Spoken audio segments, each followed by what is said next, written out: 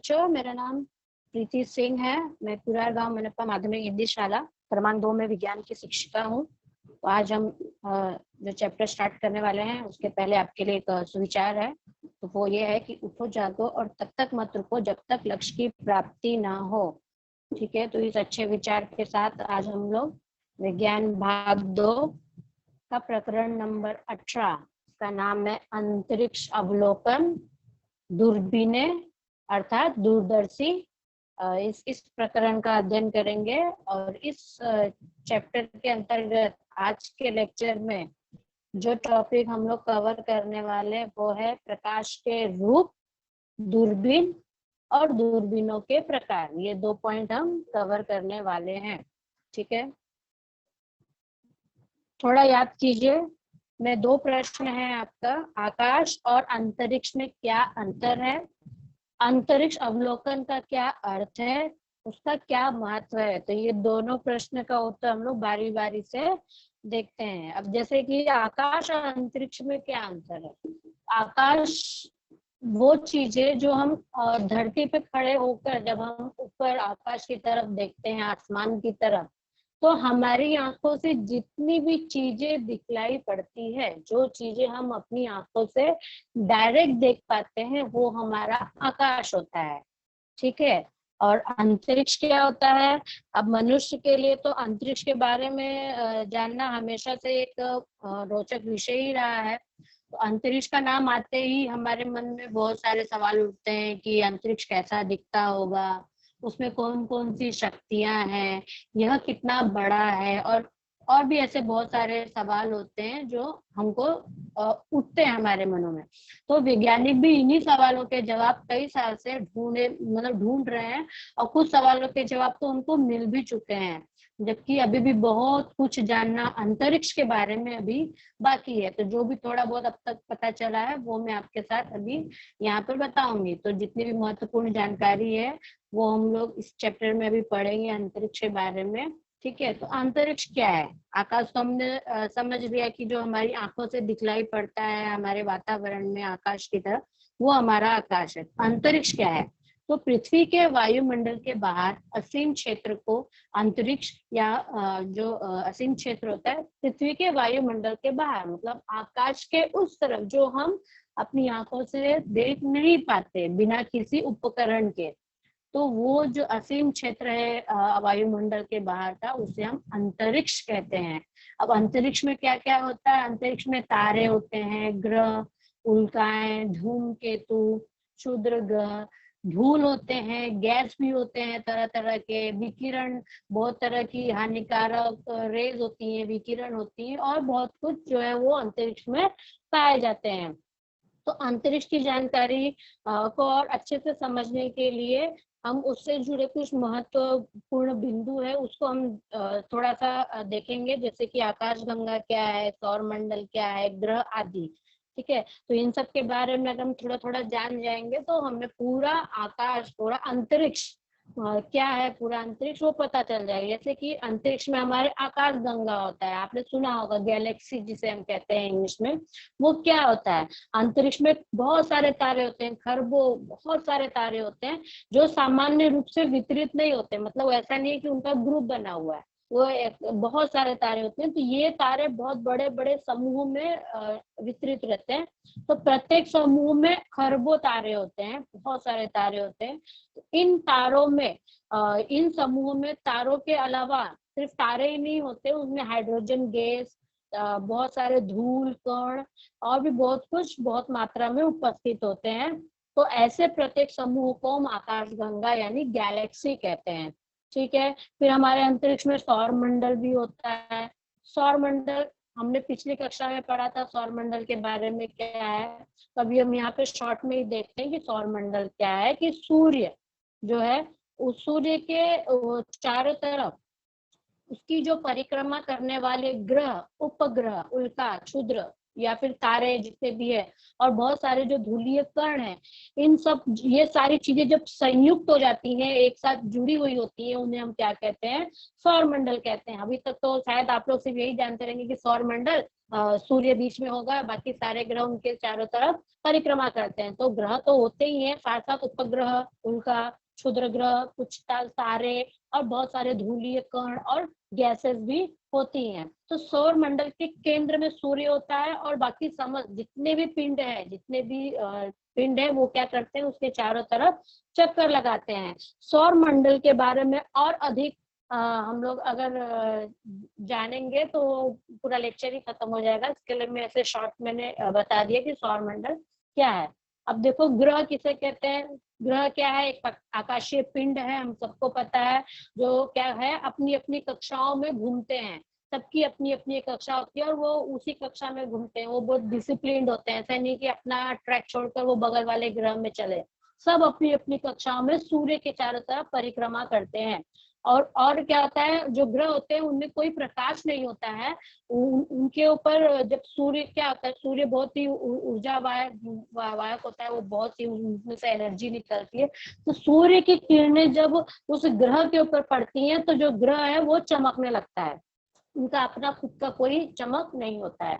इसके अलावा और भी बहुत कुछ चीजें हैं अंतरिक्ष के बारे में, तो मैं 2-3 पॉइंट है वो आपको बता दूंगी, तो और अच्छे से आपको आकाश में और अंतरिक्ष में क्या अंतर है वो पता चल जाएगा। जैसे कि अंतरिक्ष क्या है, एकदम शांत जगह होती है जहां पर कोई भी आवाज सुनाई नहीं देती। वो ऐसा क्यों होता है, वो इसलिए होता है क्योंकि वहां कोई वायुमंडल ही नहीं है जिससे कि ध्वनि की तरंगे एक दूसरे तक पहुंच पाती हैं। हम जहाँ रहते हैं वहां वायुमंडल होता है, तो ध्वनि की तरंगे एक दूसरे तक पहुंच पाती हैं। तो अंतरिक्ष में वायुमंडल होता ही नहीं है, तो जहाँ वायुमंडल नहीं है वहां ध्वनि तरंगे जो है वहां पर वो आसानी से वाहक नहीं हो पाती। फिर अंतरिक्ष में जो मौजूद हमारा सौर मंडल है उसमें सूर्य सबसे विशाल है और वो इतना बड़ा है कि अपनी पृथ्वी जैसे 10 लाख ग्रह उसके अंदर समा सकते हैं। ओके, फिर अंतरिक्ष में गुरुत्वाकर्षण बल नहीं होता। हाँ, और धरती पे अपने गुरुत्वाकर्षण बल होता है जिसके कारण हम सब धरती पर चल फिर पाते हैं।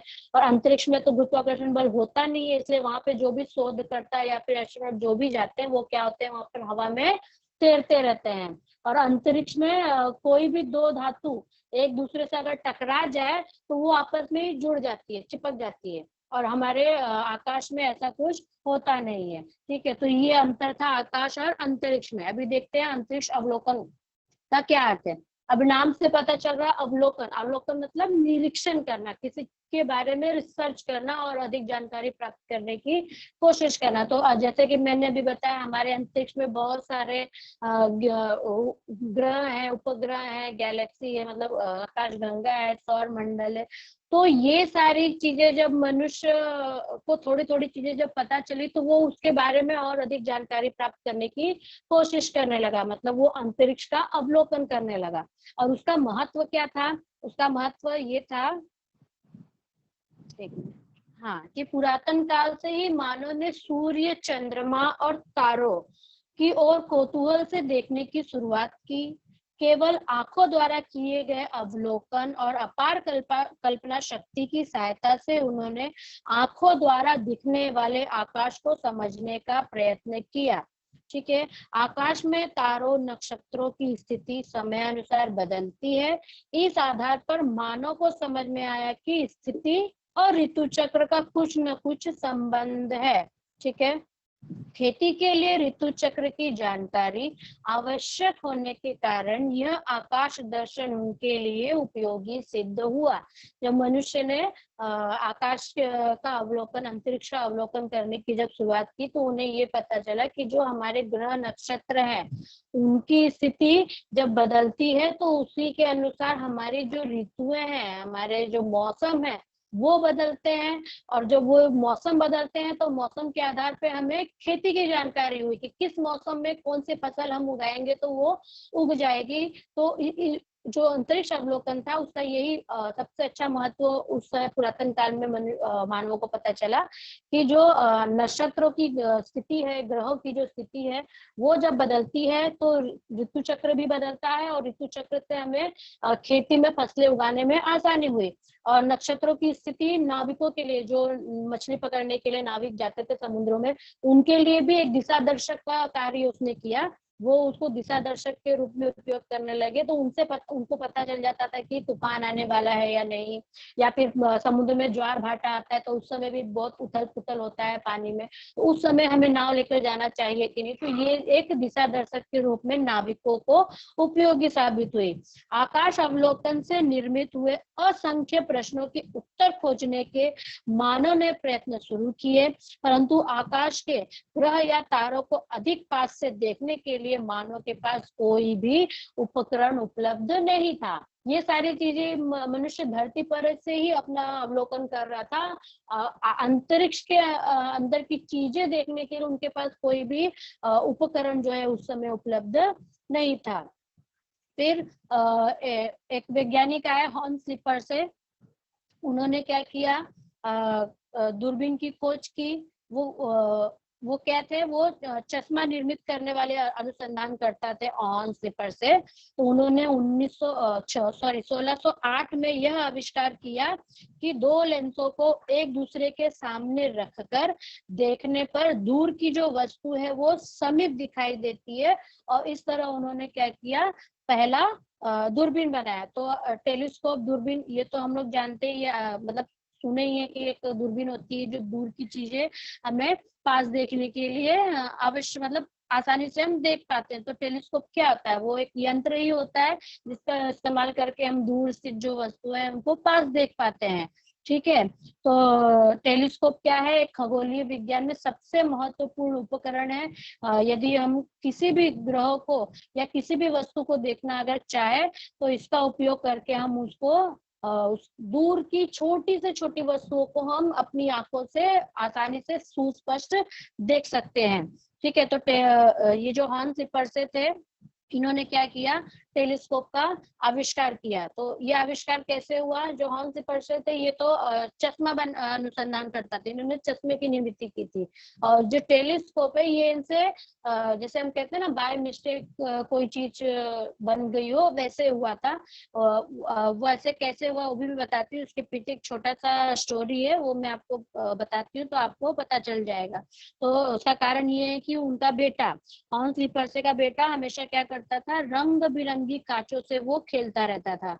एक बार हॉन्स लिपर ने अपने बेटे को एक रंग वाले कांचों को अलग करने के लिए कहा, तो उनका बेटा सभी रंगों के कांचों को अपनी आंखों पर लगाकर देखते थे। मतलब जैसे रेड को रेड में रखना है, ब्लू ग्रीन सब अलग अलग उसको शॉर्टिंग करनी थी, तो वो क्या करते थे, जो भी कलर है वो आंखों पे रखकर देखते थे और फिर रखते थे। तभी कुछ ऐसे अलग अलग रंग के कांचों को उन्होंने क्या किया, एक के ऊपर एक रखकर देखना शुरू किया। और जैसे ही उन्होंने दो कांचों को एक के ऊपर एक रखकर देखा, वैसे ही उन्होंने देखा कि जो उनकी घर की दीवार है वो एकदम उनके पास आ गई। तो वो बच्चे ने क्या किया, तुरंत अपने डैडी यानी हॉन्स लिपर को बुलाया और उनको ये सब बताया। तो इस घटना को देखकर हॉन्स लिपर ने भी रखकर देखा, तो उनको भी एकदम पास दिखने लगा सब। तो वो एकदम हैरान हो गए कि मतलब ये ऐसे कैसे हो रहा है, 3 गुना पास जो दूर की चीजें हैं वो 3 गुना पास दिखाई दे रही है।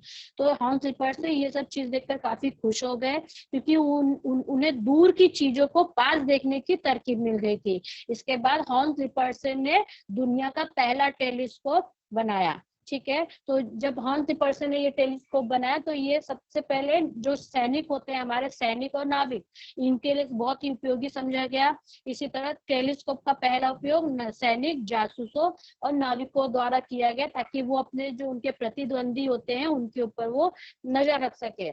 फिर उसके बाद आया गैलीलियो ने हॉन्स लिपर के टेलीस्कोप के बारे में सुना, तो 1906 में गैलीलियो ने अपना एक आविष्कार किया, अपने एक दूरबीन का आविष्कार किया, और उन्होंने पहली बार एस्ट्रोनॉमिकल ऑब्जर्वेशन में इसका उपयोग किया। जब गैलीलियो ने अपने टेलीस्कोप को आकाश की ओर डायरेक्ट किया, तब उन्हें इतनी बड़ी दुनिया देखी जिसकी वो कल्पना भी नहीं कर सकते थे। तो ये गैलीलियो है, इन्होंने बहुत ही मतलब दूर की चीजें जो हॉन्स लिपर ने बनाई थी दूरदर्शी, उससे हम सिर्फ 3 गुना जो दूर है उस चीजों को सुस्पष्ट देख पा रहे थे। लेकिन जब गैलीलियो आए, उन्होंने उसके ऊपर और रिसर्च किया और काम किया, तो उन्होंने जो दूरबीन बनाई उससे हम 25 गुना जो दूर की चीजें थी वो अपने पास अपनी आंखों से देख पा रहे थे। तो दूरबीन की सहायता से गैलीलियो ने गुरु के 4 उपग्रह और सूर्य के दाग इत्यादि की खोज की। फिर इसके बाद फिर और भी साइंटिस्ट आए जिन्होंने दूरबीन की खोज की, जैसे केपलर आए आपके, उन्होंने दूरबीन की खोज की। फिर हाइगेंस आई, ब्रेडले आए, उसके बाद ग्रेगरी और ये लास्ट में न्यूटन आए। तो न्यूटन ने भी काफी अपना योगदान दिया है दूरबीन को खोजने में। उन्होंने काफी दूरबीनों की ज्ञात किया है। तो गैलीलियो की दूरबीन के बाद पिछले 400 वर्षों में दूरबीन तकनीक और संपूर्ण अंतरिक्ष विज्ञान और प्रौद्योगिकी में मानव द्वारा की गई प्रचंड प्रगति के कारण ही इस विश्व का अत्यंत विस्मयकारी चित्र हमारे सामने उपस्थित हुआ है। तो हमारे जितने भी साइंटिस्ट हैं उनके द्वारा दिए गए महत्वपूर्ण योगदान के कारण हम अपने आकाश को, हमारे अंतरिक्ष को और भी अच्छे से अपने आंखों से देख पाते हैं, उसके चित्र द्वारा उसे देख पाते हैं। अनुसंधान के लिए ही नहीं अपितु अपने दैनिक जीवन की सुख सुविधाओं के लिए आज अंतरिक्ष विज्ञान और प्रौद्योगिकी उपयोगी सिद्ध हुआ है। तो सिर्फ एक एक्सपेरिमेंट करना है, कोई चीजों का निर्माण करना है, उसके लिए ही नहीं, जो हम अपने डेली लाइफ में जो अभी अब इस समय हम लोग पढ़ पा रहे हैं ऑनलाइन नेट के द्वारा, वो भी इन्होंने ही सब कुछ किया है, अंतरिक्ष विज्ञान के कारण ही हुआ है। हम टीवी देख पाते हैं, न्यूज देख पाते हैं, मौसम की जानकारी आसानी से घर बैठे देख पाते हैं। ये सारी चीजें जो अंतरिक्ष विज्ञान और प्रौद्योगिकी है हमारा, उसके द्वारा हम कर पा रहे हैं। अंतरिक्ष अवलोकन के लिए दूरबीन का उपयोग किया जाता है, परंतु क्या एक ही प्रकार की दूरबीन से अंतरिक्ष का संपूर्ण निरीक्षण किया जा सकता है क्या? ये एक प्रश्न है कि अंतरिक्ष अवलोकन के लिए तो हम दूरबीन का उपयोग कर रहे हैं, लेकिन क्या एक ही प्रकार की दूरबीन से हम संपूर्ण अंतरिक्ष अवलोकन कर सकते हैं क्या? तो अंतरिक्ष अवलोकन के लिए भिन्न भिन्न दूरबीनों का उपयोग क्यों करना पड़ता है? क्या अंतरिक्ष में भी दूरबीनें स्थापित की जाती हैं? ऐसी अनेक बातों के पीछे छुपे हुए विज्ञान को हम इस प्रकरण में पढ़ने वाले हैं। ठीक है, तो उसके लिए पहला हम लोग देखेंगे प्रकाश के विविध रूप। तो प्रकाश के विविध रूप में क्या है कि जो प्रकाश है ये हमारा विद्युत चुंबकीय तरंग है। तरंग दैर्घ्य मतलब वेवलेंथ प्रकाश का एक गुणधर्म है। ठीक है, जिस प्रकाश की तरंग दैर्घ्य लगभग 400 nm, nm मतलब नैनोमीटर, से 800 nm के बीच होती है, उसी प्रकाश को हमारी आंखें देख सकती हैं। ठीक है, तो एक प्रकाश, जैसे प्रकाश है उसका एक तरंग दैर्घ्य होता है, और तरंग दैर्घ्य 400 नैनोमीटर से 800 नैनोमीटर 400 नैनोमीटर से 800 नैनोमीटर के बीच होती है, उसी प्रकाश को हमारी आंखें देख सकती हैं। इसे ही हम दृश्य प्रकाश तरंग कहते हैं। परंतु तरंग दैर्घ्य के अतिरिक्त अन्य तरंग दैर्घ्य का प्रकाश भी होता है जिसे हम देख नहीं सकते, क्योंकि हमारी आंखें उन किरणों को देखने के लिए संवेदनशील नहीं होती है।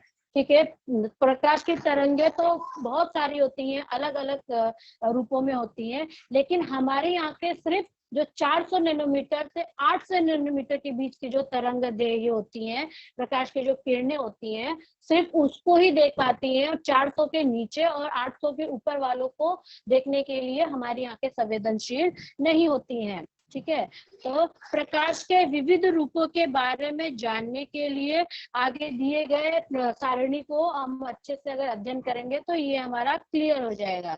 देखो, रूप और तरंग दैर्घ्य। रूप में पहला है रेडियो तरंगे। ठीक है, इसका तरंग दैर्घ्य मतलब वेवलेंथ कितना होता है? लगभग 20 सेंटीमीटर से अधिक। फिर दूसरा होता है सूक्ष्म तरंगे। सूक्ष्म तरंगों का वेवलेंथ कितना होता है? 0.3 mm से 20 सेंटीमीटर। फिर तीसरा होता है तुम्हारा अवरक्त तरंग, जिसे हम इंफ्रारेड वेव्स कहते हैं। इसका होता है 800 नैनोमीटर से 0.3 mm। फिर आता है हमारा दृश्य प्रकाश किरणें, जो हम देख पाते हैं, नाम ही है विजिबल लाइट रेज, तो इसको हम देख पाते हैं, जो है 400 नैनोमीटर से 800 नैनोमीटर। फिर पांचवा है पराबैंगनी किरणें। इसका कितना है तरंग दैर्घ्य? 300 pm, pm मतलब पिकोमीटर, पिकोमीटर से 300 पिकोमीटर से 400 पिकोमीटर। फिर छठवा है आपका छ किरणें, एक्सरे, सुना होगा आप लोगों ने एक्सरे, और ये होता है 3 पिकोमीटर से 300 पिकोमीटर। और लास्ट आपका होता है गामा रेस, ये होता है 3 पीएम पिकोमीटर से कम। तो ये 7 किरणें प्रकाश के रूप है, विविध विविध रूप है। इसमें से केवल जो चौथा वाला है दृश्य प्रकाश किरणें, हमारी आंखें सिर्फ इसी को देख पाती हैं, ठीक है। और किरणों को देखने के लिए हमारी आंखें संवेदनशील नहीं होती हैं। तो सिर्फ जो 400 से 800 नैनोमीटर की जो किरणें होती हैं, हमारी आंखें सिर्फ उसको देखने के लिए संवेदनशील होती हैं, ठीक है। फिर हमारा है दूरबीन और दूरदर्शी। दूरदर्शी साधारणतः उस प्रकाशीय तंत्र को कहते हैं जिससे देखने पर दूर की वस्तुएं बड़े आकार की और स्पष्ट दिखाई देती हैं, अथवा जिसकी सहायता से दूरवर्ती वस्तुओं के साधारण और वर्णक्रम चित्र प्राप्त किए जाते हैं। दूरवर्ती वस्तुओं का ज्ञान प्राप्त करने के लिए आजकल रेडियो तरंग का भी उपयोग किया जाने लगा है। इस प्रकार के यंत्र को हम रेडियो दूरदर्शी कहते हैं। तो जो हमारा दूरदर्शी क्या है, यह एक प्रकाशीय यंत्र है जिससे क्या होता है कि जिसमें से देखने पर हमें दूर की जो वस्तुएं होती है वो काफी पास और काफी स्पष्ट रूप से दिखाई देती हैं, ठीक है। इसके बाद दूरबीन के आविष्कार ने मनुष्य के सीमित दृष्टि को अत्यधिक विस्तृत बना दिया है। ज्योतिर्विद के लिए दूरदर्शी की उपलब्धि अंधे व्यक्ति को मिली आंखों के सदृश वरदान सिद्ध हुई है। जो हमारी ज्योतिर्विज्ञान होता है उसमें भी दूरदर्शी का उपयोग किया जाता है, ठीक है। तो इससे क्या होता है कि जो भी हम ज्योतिष विज्ञान के बारे में जो कुछ चीजें भी पता कर पाए वो हम दूरदर्शी की सहायता से ही कर पाए, ठीक है। इनकी सहायता से उन्हें विश्व के उन रहस्यमय ज्योतिष पिंडों के लिए साक्षात्कार किया जिन्हें हम सर्पिल निहारिकाएं कहते हैं। यह निहारिकाएं हमसे करोड़ों प्रकाश वर्ष की दूरी पर होती हैं। आधुनिक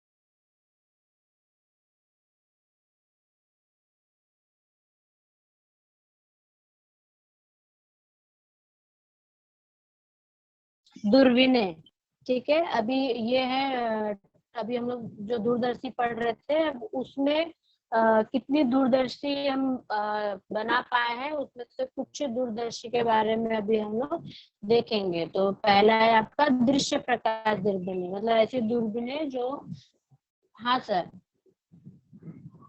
दृश्य प्रकाश दूरबीनें। तो अभी तक हम लोग ने जो भी दूरदर्शी के बारे में देखा, तो कुछ ऐसी दूरबीनें थी जिनको हमारी आंखें, जिनके द्वारा जो किरणें होती है, विजिबल किरणें होती है, उसको हम देख पाते हैं। तो पहला है जो है आपका दृश्य प्रकाश दूरबीनें। तो अधिकतर दृश्य प्रकाश दूरबीनों में 2 या अधिक लेंस का उपयोग किया जाता है। खगोलीय पिंडों से आने वाले अधिकतम प्रकाश को एकत्रित करने के लिए वस्तु लेंस का आकार बड़ा होता है। इस एकत्रित प्रकाश से खगोलीय पिंड का विशाल प्रतिबिंब निर्मित करने वाले नेत्र लेंस, जो नेत्रिका होती है, उसका आकार क्या होता है, छोटा होता है। जैसे भी आप आकृति में देख रहे होंगे, ये जो है प्रकाश स्रोत जहाँ से आ रहा है, ये वाला जो लेंस होता है ये वस्तु लेंस होता है। इसका आकार कैसा होता है, बड़ा होता है, क्योंकि जो भी प्रकाश किरणें वो इनके ऊपर आती है। फिर इसके द्वारा ये जो नेत्र लेंस होता है, जहाँ पे हम अपनी आंख रखकर देखते हैं, वहां पर नेत्र लेंस होता है। वह उस नेत्र लेंस का जो आकार होता है वो छोटा होता है। ठीक है। तो दृश्य प्रकार दूरबीनों के दो प्रकार के दूरदर्शी है। पहला है अपवर्तक और दूसरा है परावर्तक। पहले हम लोग अपवर्तक देखते हैं, जिसे हम रिफ्रैक्टिंग टेलीस्कोप कहते हैं।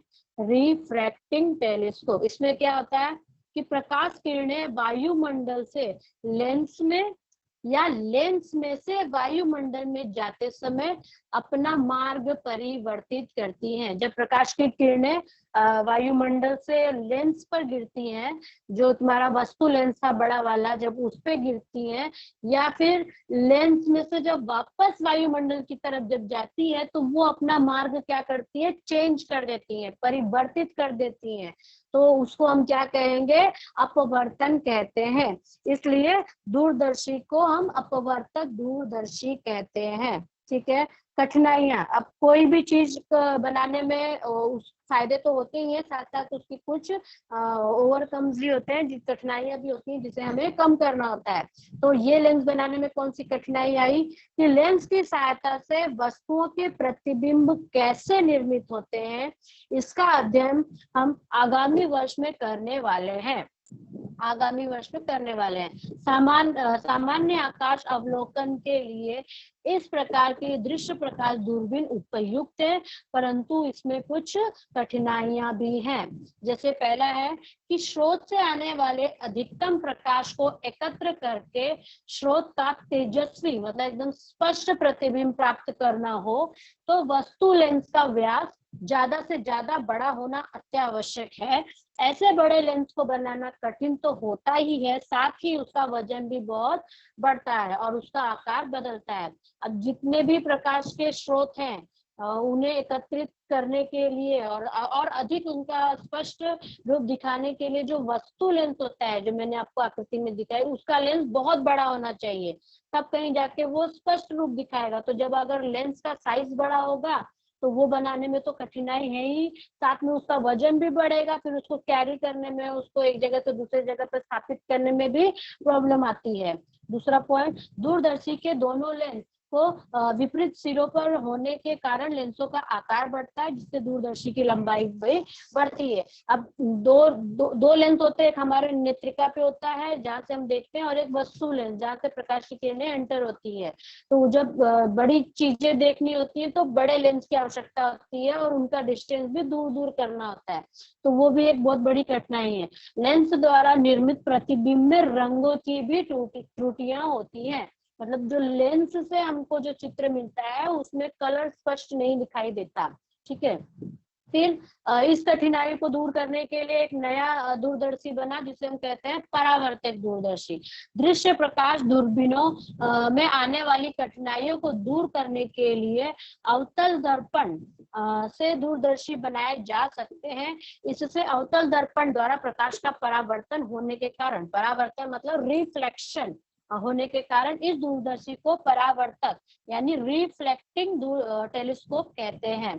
तो जब कठिनाइयां आई उसको कैरी करने में, उसके वजन को उठाने में, तो नया दूरदर्शी बनाया गया परावर्तक। इसमें लेंस की जगह पर दर्पण का उपयोग किया गया। वो भी कौन सा दर्पण, अवतल दर्पण, जिसमें जब प्रकाश की किरणें क्या होती थी, रिफ्लेक्ट होकर जाती थी, परावर्तित होकर जाती थी, और हमें सुस्पष्ट आकृति देखने को मिलती थी। इससे हम पिंड का तेजस्वी प्रतिबिंब प्राप्त करने में बड़े दर्पण अत्यावश्यक है, परंतु बड़े दर्पण बनाना तुलनात्मक दृष्टि से आसान होता है। अनेक टुकड़ों को जोड़कर भी बड़ा दर्पण बनाया जा सकता है। यहाँ पर ये बता रहा है कि बहुत ही अगर स्पष्ट तेजस्वी प्रतिबिंब प्राप्त करना है तो बड़े दर्पण की जरूरत पड़ती थी। वैसे ही अपवर्तन में भी होता था, लेकिन वहां पे बड़े लेंस की जरूरत पड़ती थी। तो लेंस जो है वो ज्यादा मुश्किल से, मतलब कठिनाई से बन पाता था। दर्पण क्या है, छोटे छोटे टुकड़े जोड़कर बड़ा दर्पण हम बना सकते हैं। और जो हम दर्पण से लेंस बना, मतलब दर्पण से जो दूरदर्शी बनाते थे, उनका वजन भी उतने ही आकार के लेंस की अपेक्षा कम होता था। जो हम लेंस से दूरदर्शी बनाते थे उसकी अपेक्षा जो हम दर्पण से दूरदर्शी बना रहे थे उसका वजन क्या होता था, कम होता था। दर्पणों द्वारा प्राप्त हुए प्रतिबिंब में रंगों की त्रुटियां नहीं होती थी। जैसे हम अपने आईने में देखते हैं, नॉर्मल डेली वाले सामान्य दर्पण।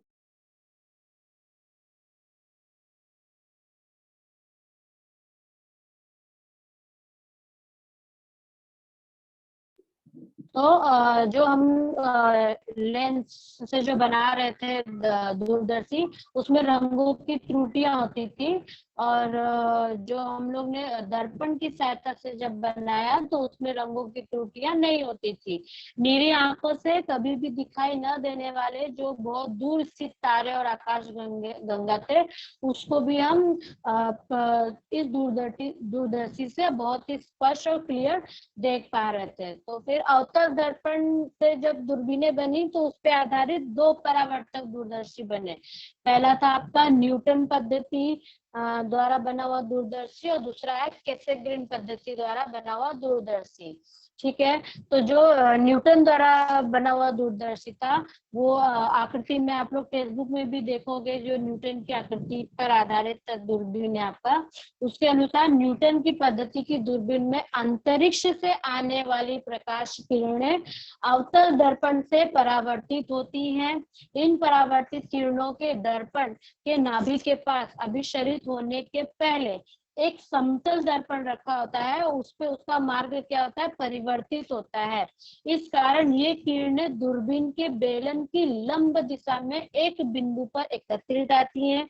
वहां स्थित नेत्रिका नामक विशेष लेंस द्वारा हम वस्तु की अभिवर्धित, मतलब बिना किसी रुकावट के बहुत ही स्पष्ट प्रतिबिंब देख सकते हैं। तो जो न्यूटन ने बनाया था दूरदर्शी, उसमें जो प्रकाश का स्रोत है वो एक अवतल दर्पण पे जाता है, वहां पे रिफ्लेक्ट होकर वो सामने रखे वो समतल दर्पण पे गिरता है, और समतल दर्पण से जो नेत्रिका लेंस है जहां से हम देखते हैं वहां पर आता है, और हमें बहुत ही अच्छा और क्लियर आकृति देखने को मिलता है।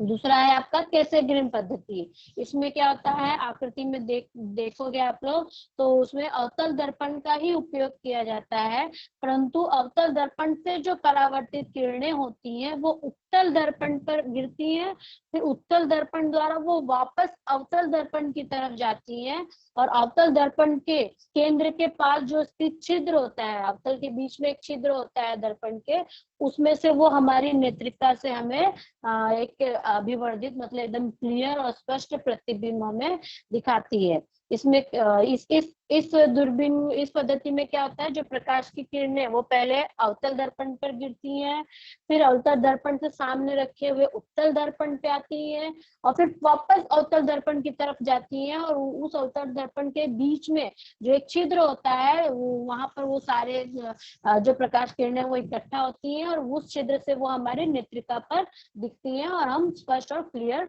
देख पाते हैं।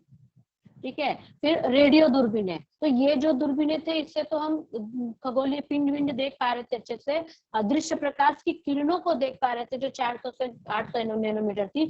लेकिन कुछ किरणें तो ऐसी भी थी जिसे हम अपनी आंखों से देख नहीं पा रहे थे, नीली आंखों से, तो उसको देखने के लिए भी कुछ दूरबीनें बनी, जिसमें से है ये रेडियो दूरबीन। अनेक खगोलीय पिंड से दृश्य प्रकाश के अतिरिक्त रेडियो किरणें भी उत्सर्जित होती, जैसे गामा रे, अल्फा रे, बीटा रे, एक्स रे, पैराबैंगनी रे, ये सारी जो किरणें होती है ये भी आती हैं। इन तरंगों को हम नीली आंखों से नहीं देख सकते, इसलिए इन तरंगों को ग्रहण करने के लिए विशेष दूरबीनों का उपयोग किया जाता है, जिसे हम क्या कहते हैं, रेडियो दूरबीन कहते हैं। ठीक है। तो रेडियो दूरबीन क्या होता है, देखो, रेडियो दूरबीन एक विशेष आकार की डिश या ऐसी अनेक डिशों से बना हुआ होता है। दृश्य प्रकाश दूरबीन के समान इस डिश के वक्र पृष्ठभाग से रेडियो तरंगे परावर्तित होती हैं, और उस डिश के नाभि केंद्र के पास अभिसरित होती हैं। वहां उन तरंगों को ग्रहण कर सकने वाला एक यंत्र, मतलब रिसीवर लगा होता है। तो यंत्र द्वारा ग्रहण की गई जानकारी संगणक को दी जाती है, और संगणक यह जानकारी का विश्लेषण करके रेडियो तरंगों के स्रोत का स्वरूप का चित्र हम निर्मित करके हमें दिखाता है। तो हमारे घर का जो डिश एंटीना होता है वो इसी पर कार्यरत होता है, जो हम जिसे हम अपने केबल लगा के देखते हैं टीवी में, वो इसी पद्धति के अनुसार है। ठीक है। तो ये हो गया रेडियो दूरबीन है। फिर है आपका अंतरिक्ष की दूरबीन है। ये क्या होती है कि अंतरिक्ष के विविध पिंडों से आने वाली दृश्य प्रकाश और रेडियो तरंगे पृथ्वी के वायुमंडल से भूपृष्ठ तक पहुंचती हैं। इस कारण दृश्य प्रकाश और रेडियो दूरबीनों को भूपृष्ठ पर स्थापित किया जाता है, परंतु ऐसी भूपृष्ठ की दूरबीनों से अच्छी कोटि के प्रेक्षण करने में कुछ कठिनाइयां आती हैं। मतलब बहुत सारे जो ऐसे चीजें होती हैं जो अंतरिक्ष में ही होती हैं, लेकिन उतना दूर से इधर आने में बहुत सारी कठिनाइयां होती हैं। जैसे अंतरिक्ष में दृश्य प्रकाश वायुमंडल से होकर पृथ्वी के तल तक पहुंचता है, तब प्रकाश का वायुमंडल में क्या होता है, अवशोषण होता है और हमारे तक पहुंचने वाले प्रकाश की तीव्रता कम हो जाती है। दूसरी कठिनाई ये है कि वायुमंडल के तापमान व दाब में परिवर्तन के कारण वायुमंडल में उथल पुथल हो रही होती है, तब उसमें से आने वाली जो दृश्य प्रकाश की किरणें वो स्थिर नहीं होती, जिसको हम आसानी जिसका हम क्लियर चित्र नहीं देख पाते। इतना ही नहीं, दिन में क्या होता है, सूर्य की प्रकाश होती है जिसके कारण उसका अवलोकन करना संभव नहीं होता है। बादल युक्त जो वातावरण होता है, वायुमंडल होता है, रात्रि के समय शहरों में बल्बों का प्रकाश जो होता है, ऐसी बहुत सारी घटनाएं हैं जिसके कारण आकाश का अवलोकन करने में बहुत सारी कठिनाई उत्पन्न होती है। तो इन परेशानियों को दूर करने के लिए दृश्य प्रकाश की दूरबीनों को पहाड़ों पर, निर्जन स्थानों पर, जहाँ पे कोई जीव जंतु या प्राणी या इंसान नहीं रहते, ऐसे स्थानों पर स्थापित किया जाता है। इन सब कठिनाइयों को पूर्ण रूप से दूर करने के लिए दृश्य प्रकाश दूरबीनों को अंतरिक्ष में ही स्थापित करना चाहिए। तो अंतरिक्ष में से ये सब परेशानियां नहीं होने के कारण प्रकाश किरणों के स्रोतों के प्रतिबिंब अत्यंत सुस्पष्ट और स्थिर होते हैं। तो इसी संकल्पना के आधार पर वैज्ञानिकों ने जो दूरबीनें हैं उसको अंतरिक्ष में स्थापित किया, ताकि अच्छे से और अच्छी कोटि की हमें चित्र जो है देखने को मिले। फिर आप जानते हैं जो हमारे नासा है, उन्होंने दो दूरबीनें जो है प्रेक्षण के लिए अंतरिक्ष में छोड़ी है। पहला है हबल और दूसरा है आपका चंद्रा। तो हबल क्या है कि 1990 में अमेरिका के नासा संस्थान ने दृश्य प्रकाश दूरबीन हबल का अंतरिक्ष में प्रेक्षण किया। इस दूरबीन का व्यास 94 इंच है तथा ये भूपृष्ठ से 569 किलोमीटर की दूरी पर पृथ्वी के परितः परिक्रमा कर रहा है। यह दूरबीन अभी भी कार्यक्षम है। इस दूरबीन की सहायता से किए गए अवलोकनों द्वारा अनेक महत्वपूर्ण खोजें की गई हैं हबल द्वारा। फिर नासा ने चंद्रा भी छोड़ा, 6 किरणों द्वारा बना हुआ है ये। 1999 में 6 किरण परावर्तित कर सकने वाले विशेष दर्पणों का इस दर्पण में उपयोग किया जाता है। इस चंद्रा दूरबीन ने तारों और आकाशगंगा के बारे में बहुत सारी उपयुक्त जानकारी हमें दी है। तो चंद्रा यह नाम प्रसिद्ध भारतीय वैज्ञानिक चंद्रशेखर सुब्रमण्यम के नाम के सम्मान में दिया गया है। तो इस तरह दो जो आपके उपग्रह हैं इसको अंतरिक्ष में छोड़ा गया है। पहला हबल, दूसरा चंद्रा। ठीक है, किसी को डाउट है क्या कुछ? हेलो बच्चों,